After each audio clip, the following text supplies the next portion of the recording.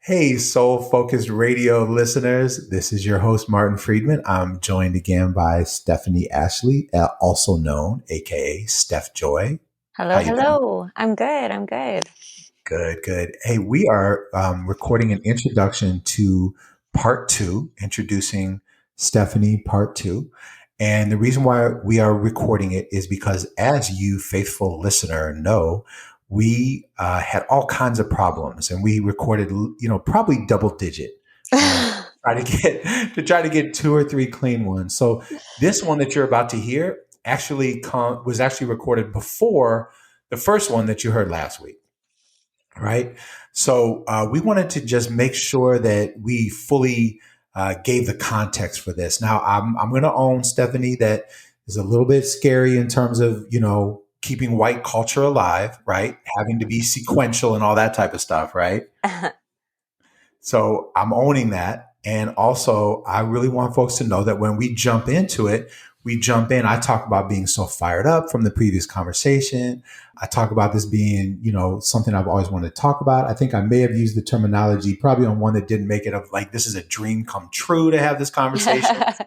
So I just want folks to be clear that, what we talked about in that intro that didn't make it, we talked about, we had really started the conversation about relationships between being both oppressed and oppressor, as a white person doing anti-oppression work. And so that's really where this started, right, Stephany? That's where this Yeah. episode started. Yeah, exactly. For context, because as you said, Martin, we're going to jump into the second half of a conversation, the first half of which you will not have heard.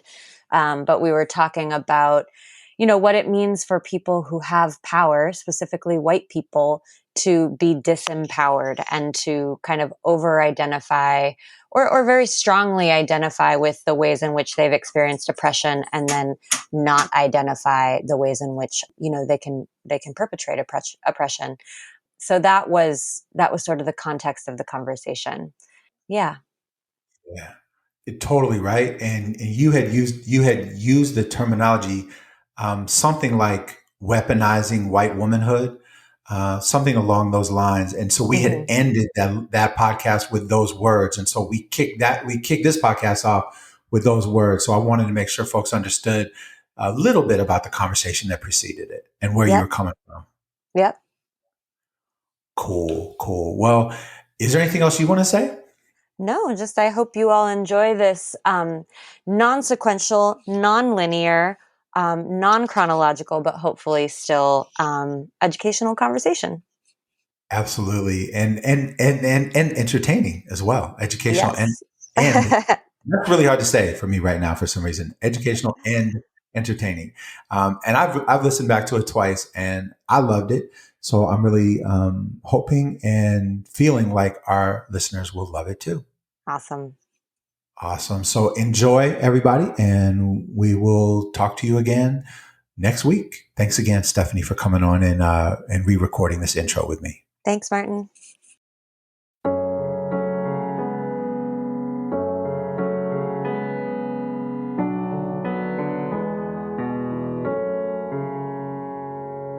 Hey, everybody, and welcome back to another episode of Soul Focus Radio.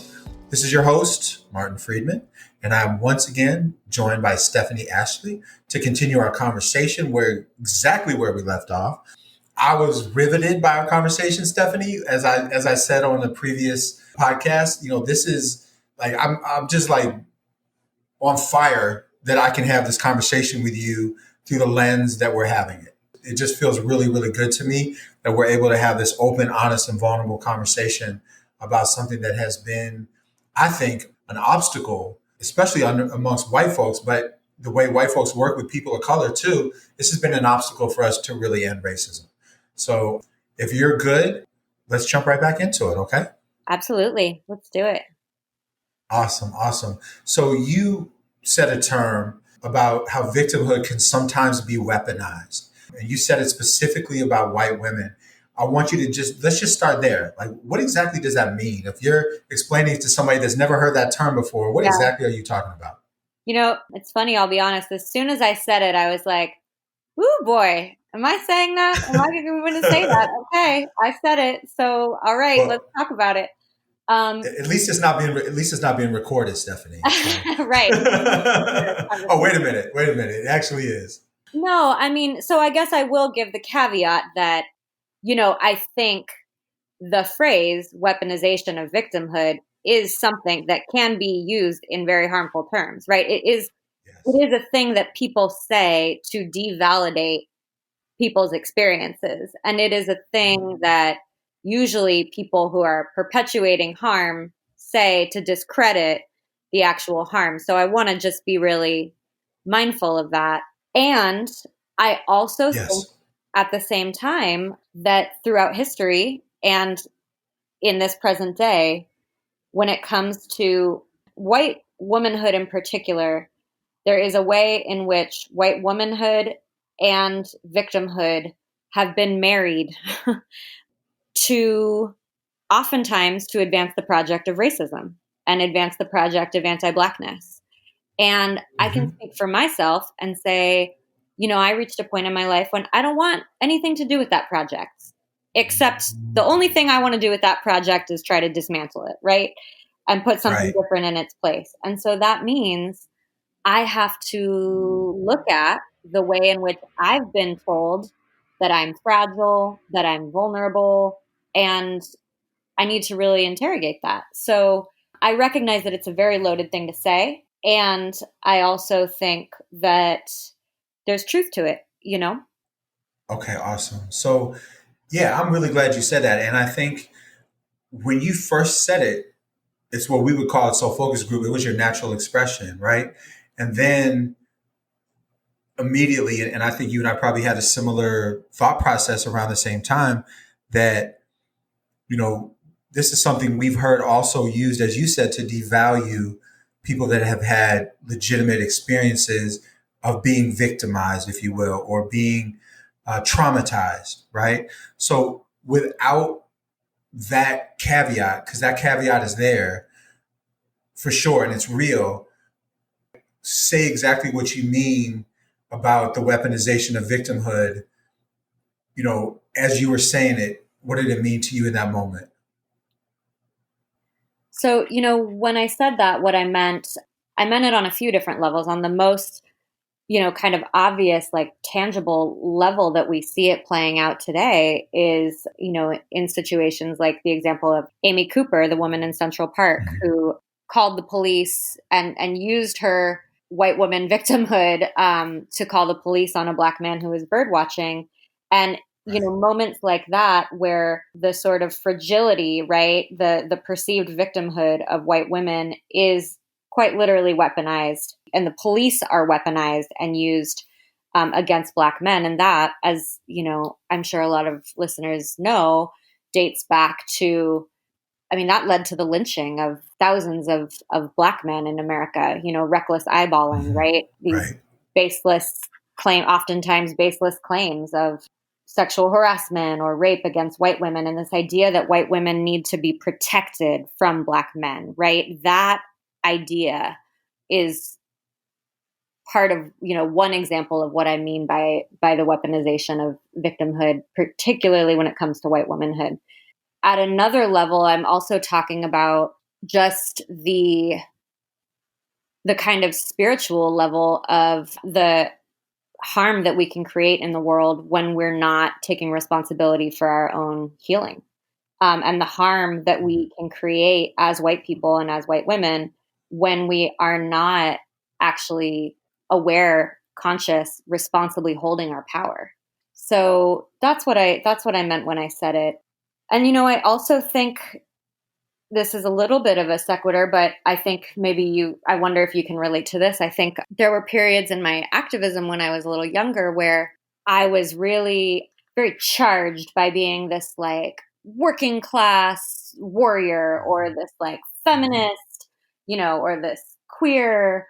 Like I got a lot of, I was very intoxicated by the moral superiority that I got from identifying with my oppression. And Mm. there's something real to that, right? There's some truth to that. There's something very real to say about like you do when you've experienced different kinds of oppression, right? When you're left out of dominant systems of privilege, there is some real kind of power and rebellion that you can get, right? You can see things sort of from the outside, I think, with greater clarity. Right. And so there's some truth to that. And as a white person, I think it did me and my community and my purpose in the world, it did all of those, the three of us, very few favors for me to be sort of over identifying with the identities I had that were marginalized and sort of disidentifying from my whiteness, right? Or from the ways, or from my cisness, or from the economic privilege that I did have relative to other people, right? Disidentifying from the ways in which I did have privilege didn't really serve the greater good that I was, purporting to be out there fighting for. And so learning to kind of get more in right relationship with those parts of myself has been, I hope, a sign of some political maturity. Certainly it's been a process of spiritual growth for sure. Mm-hmm. Yeah, I think that the spiritual growth to me feels like what would lead to that, political maturity, as you put it. What was there a particular event or moment that you can kind of attribute to that transitioning away from, really, I think even weaponizing probably, even as you said it, sounded like a pretty intense, like almost extreme term, right? Mm. But there's some other stuff happening there too. Like it's because you said getting a charge off of it. There's something about being able to be righteously angry Yeah. that I've been thinking a lot about. It's something that feels really good, especially if you have connection to any identities that are oppressed, to be able to say, there's some power Yeah.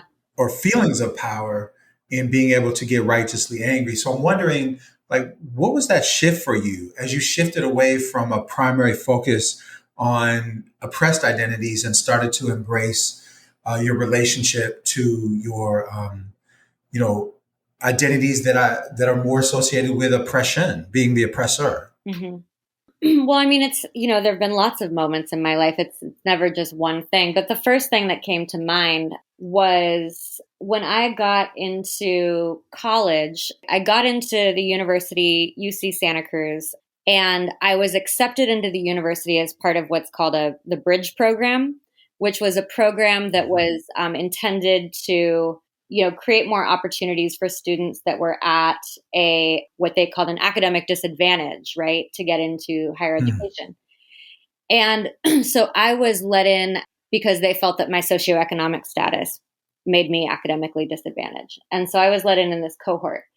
And it's so funny to me to look back to how I reacted at that now, because I just see my white privilege all over it. But at the time, I felt indignant. I felt like I had such a sense of injustice and entitlement at the people that were running this program. And, the things that they were doing to this cohort of us, these 50 of us that were in this cohort, I just felt very indignant about it. And I spoke out about it a lot. And I had this real self-righteousness about it. And I thought I was like this class warrior. And I look back on it now, and I'm just like, oh my gosh, that was just like my whiteness, my white privilege was just all over that, which is this sense of like, how dare you tell me that I am not good enough to get into the university on my own, right? It was this kind of how dare you thing, right? Which at the time I felt was very justified, right? And in hindsight, I mean, I was also 19, and I think that was kind of the energy of being that age, but it also has a lot to do with whiteness. And then the next year, I went and started interning. I came up to San Francisco, and I started interning with an organization called the Tenderloin AIDS Resource Center. And so I'd spent this year being in this higher education system, thinking I was this like working class hero and, this blue collar or whatever. And then I started working in the Tenderloin, and I was just like, I don't know the first thing about poverty, like poverty here, this is a completely different, I was just humbled very quickly, and being asked to be of service in this way where I just so clearly had so much to learn about the world. And also that's where I met some people who really made huge impacts on my life and continue to this day, like Janetta Johnson, who is a Black trans woman who has been an activist in community for a long time and is now the executive director of an organization that works with trans people who are incarcerated. She's a dear friend. She's one of the first people I met when I came to San Francisco, and she and I started working together, and I just got off my high horse really fast, and I'm so grateful for that. So those are the first moments that come to mind, really being Appreciate forced to that. just recognize my relative privilege. Yeah, yeah. Well, first of all, I really like that you said relative privilege because we talk about relative advantage all the time with Soul Focus Group. But also, just real quick, can you just explain what the Tenderloin is? I've spent a lot of time in San Francisco, so I know, but I bet you a lot of our listeners have never heard of the Tenderloin. Yeah, the Tenderloin is a neighborhood in San Francisco, kind of right in the middle of the city, not far from Union Square, that there's just a lot historically and to this day, a lot of people who are unhoused or who are marginally housed are kind of policed and pushed into this one neighborhood, this one very small set of blocks. And one story about how it got its name is that the police used to take bribes of tenderloin cuts of steak Hmm. to kind of like, police the downtown and keep all the poor people in the Tenderloin. And so Hmm. it's a neighborhood. It has this sort of reputation in dominant culture as being a neighborhood with a lot of poverty and a lot of homelessness and a lot of crime. But those who know it also know that there are more families per capita living in the Tenderloin than in any other part of San Francisco. And people don't really tell that story because a lot of the families are, doubled up in these small single room occupancy hotels. But there's a ton of families, there's a ton of community. It has a very rich history of activism and community support. Prior to the Stonewall uprising, which many people think of as the beginning of the LGBT movement for our rights, there was a riot Hmm. in the Tenderloin called the Compton's Cafeteria Riot, where a bunch of mostly trans women of color fought back against police brutality. It's a really powerful, beautiful neighborhood that also really bears the brunt of a lot of structural violence. Thank you for sharing that. I really appreciate that. And I know our listeners do too, because, I'm sure somebody was sitting there thinking, what is a Tenderloin Yeah. district, right? And I never knew the history of the name. So thanks for sharing it. And my memories of it also are that it's really close to like the seat of power, right? It's really close to like City Hall. And I think it's also really close to like what I guess they call the cultural district or like the symphony and the art museum. Isn't it pretty close to all that as Theater well? district, yeah, the theater district, and it's also right next to Union Square, which is where all the big department stores and Macy's and Nordstrom's and a lot of wealth is concentrated. Yeah, well, thank you for sharing that. So, you know, picking back up on the conversation that you were saying, so it wasn't just a moment or one event, but sounds like it was this cumulative experience. Being in relationships with people, and you started to see that having a primary identity of oppressed and focusing on your oppressed identities around class, gender, and sexual orientation, specifically, what I've heard you say, that that wasn't helpful to the movement. Would you also say that there was like a cost to you for doing that? Was there a spiritual cost to you for doing that? Yeah, I mean, the spiritual cost, I think, is I mean, I've done a lot of work on, in 12-step programs, we would say our character defects, right? Or some people say your Hmm. character defense. Moral superiority and judgment is one that I've really done a lot of work on in recent years because it's one that I can reach for really, really quickly, right? This wanting to be right. And I'm really trying to set that down. And it's very challenging because it's a very prevalent, the social justice world, a lot of the social justice spaces I'm in, it's very there's a lot of opportunities to want to pick that up, and wield it. So I think one spiritual cost to me is that it perpetuated, it fed those character defects, which are just like white people we just shouldn't be like running around with moral superiority ever. It's just not a good look for anybody. Right.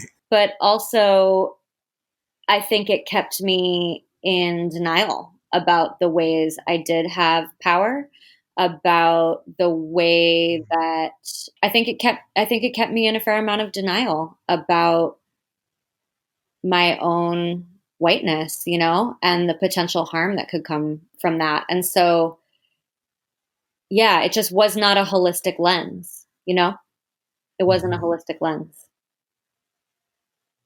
Tell me a little bit more. And I know you said it in kind of a broader terms, like all of the damage that's been done in terms of white women saying that they had been assaulted by black men and all of the horrific things that led to.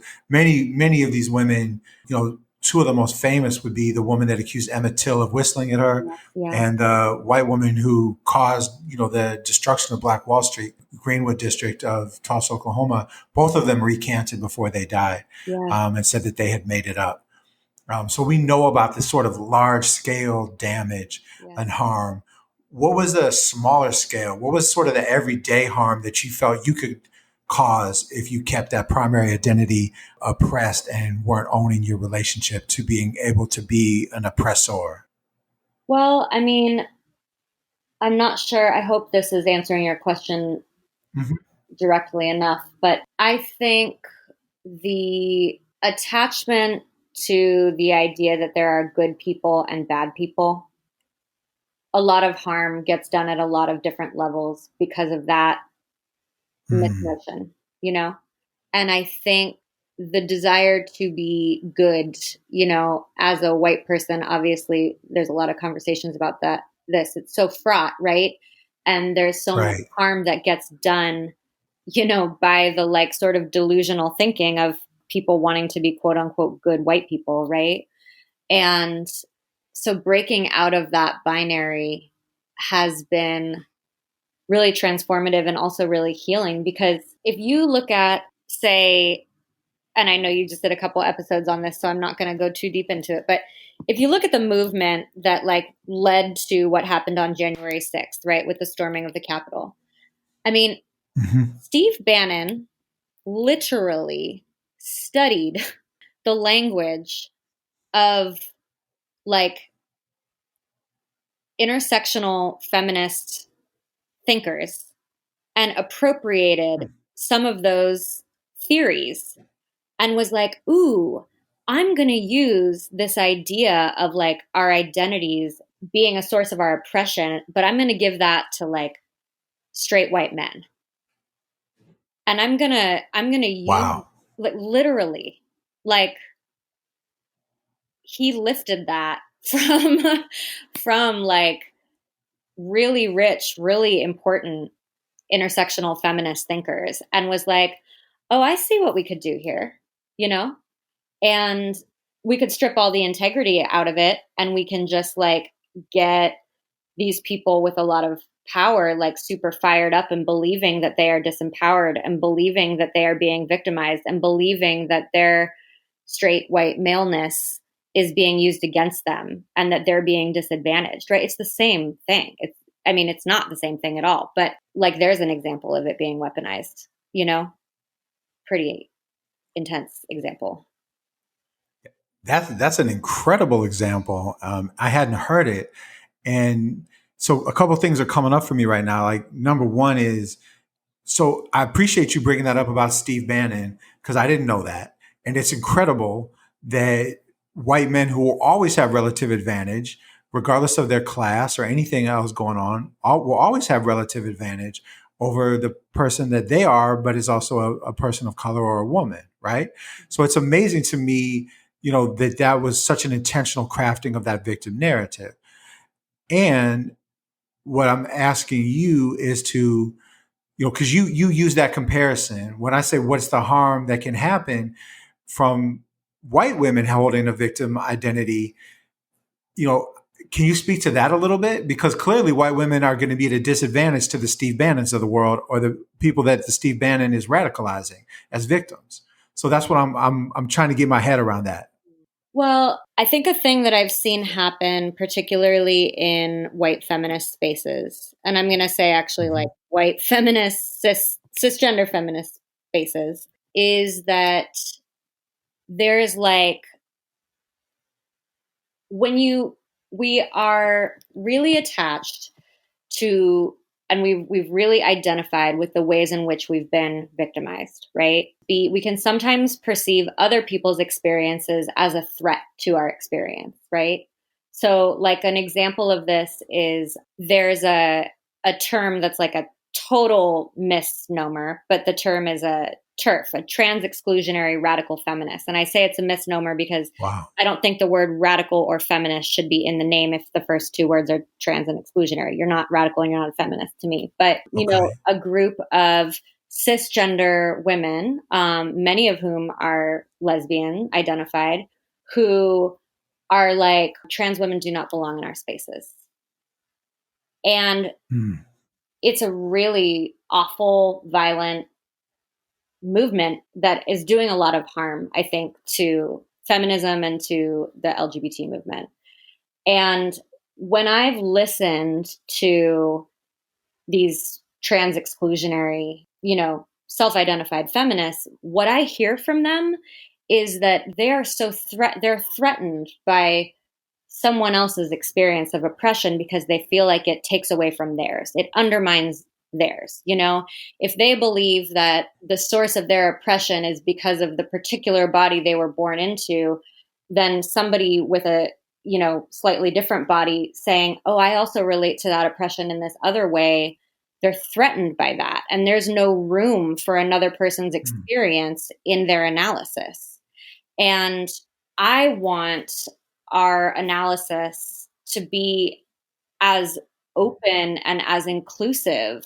I want everyone who's been harmed by white supremacist capitalist patriarchy to be able to come together and talk about how they've been harmed by that, right? Because we all have. Right.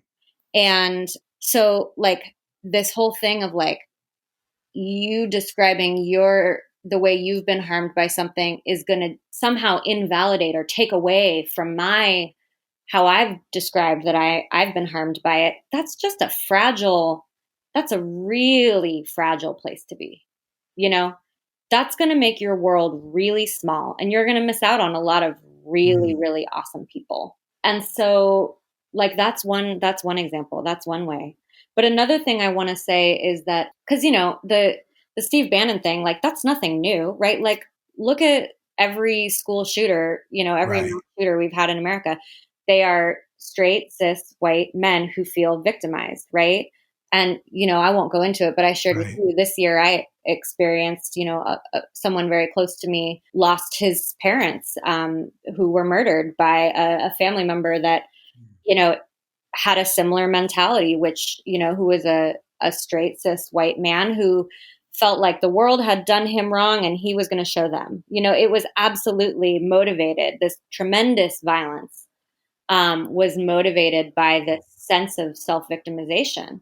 And what I'll say is like the sort of irony of all this is that when I look at those straight cis white men, right, who are committing those types of violence, they're experiencing a tremendous, they lack something that I see a lot of people in my community have, which is like, we have each other.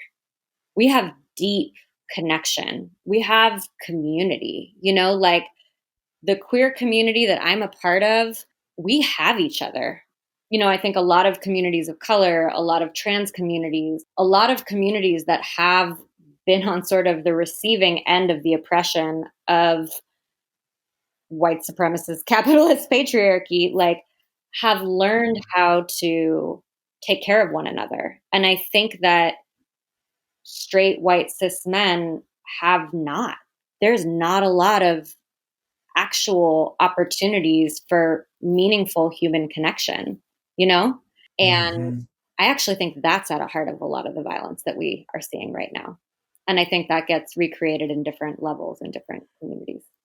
Yeah. I hope that made sense. I so appreciate the way you're laying this out, Stephany. And you know, we're gonna bring this episode to an end, and we're record one more today where we go a little bit deeper into these ideas. What I'm really sitting with right now is that a huge piece of harm by focusing on, primarily focusing on your oppression is that it doesn't lead to what we talk about at Soul Focus Group, which is human solidarity. Mm-hmm. That it's isolationist in many ways. Yes. It's not about connection to other human beings, but it really focuses on all the ways that we're different, not all the ways that we're saying. Yes. And it makes it hard to see humanity in each other. That's what I'm really feeling. And my personal experience with that would come from the white Jewish community, the Ashkenazi Jewish community, which is the vast majority of Jews in this country, and how we hang on to an identity, primary identity being oppressed, that comes out of the European Holocaust and centuries, millennia really, of oppression in Europe for our Jewishness and all that meant, being Jews of European descent. And what I find is that I was raised in a way that said that our suffering, was unique and in many ways worse than other people's. Mm-hmm. And that is used ultimately, once you get systemic and institutional power, to oppress people of color. And I've seen it in the response to Black Lives Matter movement. I've seen it in the occupation in Israel. I've seen it in many other ways. So I can really relate to what you're saying from the perspective of being white and Jewish. And the bottom line that I hear you saying, and please, tell me if I'm paraphrasing you correctly, it is a block to human solidarity, to cross-gender human solidarity, cross-sexual orientation human solidarity, cross-racial human solidarity, that it's a block to us being in solidarity with each other as human beings. Yes, absolutely. Awesome. Well, man, once again, thank you. This has been a great experience. I'm excited. One more. You got energy for one more? Sure. Let's do it. Right on. Well, thank you all again for listening. Know that we love you and we are sharing this conversation with you from a place of love, a place that will help us get back to solidarity with each other because of our humanness. Ultimately, the only thing we have in common is that we are all having human experiences together right now. Instead of focusing on the identities that separate us, we are trying to carve a path to create a journey back to solidarity with ourselves and with each other. Please make sure to check out all of our podcasts on Apple Podcasts, Spotify, YouTube. Go to soulfocusedgroup.com with an ED at the end of focus, soulfocusedgroup.com. Check out our offerings, learn more about us, and we ask you to stay safe, to stay well, and most of all, stay soul focused.